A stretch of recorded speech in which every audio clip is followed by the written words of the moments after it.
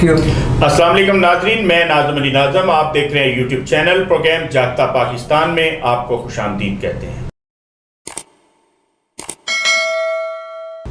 आज के प्रोग्राम में हम बात करेंगे पुलिस पर, ख़ासकर लाहौर में जो तबादले हुए हैं इस पर।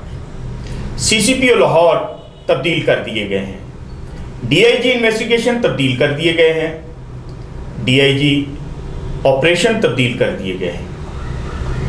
ये तबादले एकदम से कैसे हुए? अभी DIG ऑपरेशन जो हैं उनको चंद महीने हुए थे आए हुए। CCPO लाहौर अपना काम कर रहे थे कि अचानक तबादले कर दिए गए। मेरे ख्याल में हम अपनी नज़र से जो देख रहे हैं वो आपको बयान करेंगे। प्रोग्राम का बाकायदा आगाज़ करने से पहले मैं आपको बताता चलूँ कि जनाब CCPO लाहौर गुलाम महमूद डोगर, इनकी बहुत सारी तैनातियाँ लाहौर के अंदर भी हैं, इनकी फैसलाबाद में हैं, साहिवाल में हैं, मुल्तान में हैं, कोयटा में ये रह के आए हैं। मुख्तलिफ अजला और मुख्तलिफ सूबों में रह के आने वाले ये ऑफिसर लाहौर में अपनी कारकर्दगी दिखा रहे थे कि अचानक इनका तबादला कर दिया गया। इसी तरह DIG लाहौर जो हैं उनका भी तबादला कर दिया गया, DIG इन्वेस्टिगेशन लाहौर जो है उनका भी तबादला कर दिया गया। तो बात जनाब गुलाम महमूद डोगर साहब की हो रही थी, तो गुलाम महमूद डोगर साहब ने खुली कचहरियाँ लगाई, लोगों को इंसाफ देने की पूरी कोशिश की, बहुत सारे ऐसे काम किए कि जिससे पुलिस का मराल बुलंद हो और बुलंद करने की कोशिश भी की, लेकिन उनको गवर्नमेंट ने तब्दील कर दिया। उनकी नाकामी जो है वो वाज़े नज़र आ गई कि गवर्नमेंट को उनका काम पसंद नहीं आया। अब यहाँ एक सवाल पैदा होता है जिस पे मैं बात करना चाहता हूँ कि हमेशा अफसरान को तब्दील तब किया जाना चाहिए जब वो नाकस कारकर्दगी दिखा रहे हैं। CCPO साहब ने खुली कचहरियाँ लगाकर लोगों को इंसाफ देना चाहा, उसमें हर किस्म के मुकदमात दरखास्तें निपटाई, लेकिन लोगों के दिल जीतने में नाकाम रहे।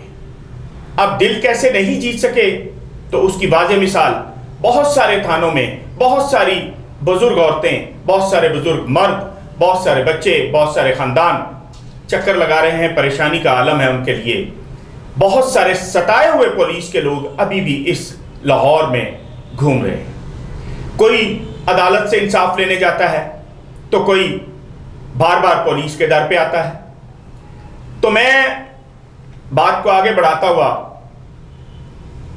चूंकि क्वेश्चन ये था कि CCPO लाहौर तब्दील क्यों हुए, उसकी बड़ी वजह उन्होंने खुली कचहरियां तो लगाई, लेकिन आवाम क्या चाहती है वो उनको नजर नहीं आया।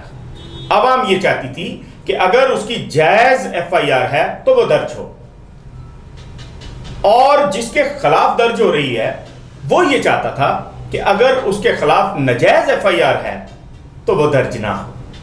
अहकामात क्या होते थे कि आपके पास एप्लीकेशन आई, आप फौरी उस पर कार्रवाई करते हैं।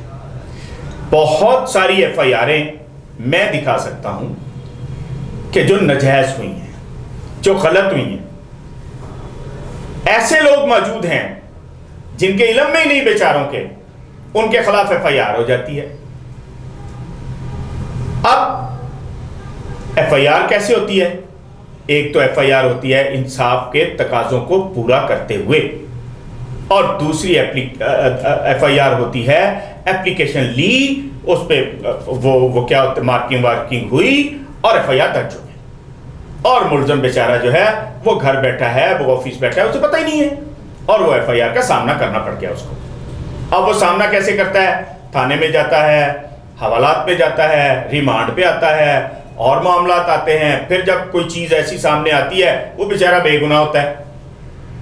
अब इस लाहौर में नहीं, पाकिस्तान में एक ऐसी लॉबी है जो पुलिस अफसरान को मजबूर कर देती है कि जनाब आप ये FIR दे दें,